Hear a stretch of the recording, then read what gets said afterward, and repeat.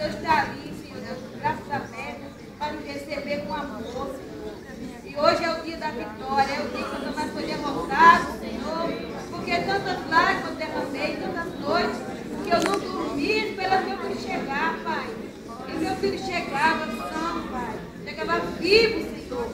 Como eu vi naquele dia ele chegar na beira da minha cama, oh Deus, com um raio-x na mão, Senhor, que tinha sido espancado, Pai, na rua, Pai. Mas o Senhor guardou meu filho. Mas o meu filho está aqui vivo para proclamar o teu nome. E eu estou proclamando hoje, tu és poderoso, Senhor. Tu és o todo-poderoso, Senhor. Ninguém é maior do que o Senhor. Hoje é a prova viva que o Senhor é verdadeiro, que o Senhor existe. Eu profetizo na vida de cada irmã aqui, Senhor. Cada pai, cada mãe, que seus filhos também não estão aqui, Pai. Que eles vão estar. Eu creio, porque eu vi as lágrimas de suas mães, os joelhos dobrados, o Senhor vai receber, Senhor. Em nome de Jesus, Pai.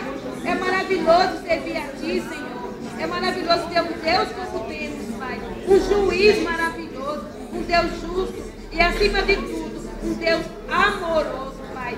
Que não olha para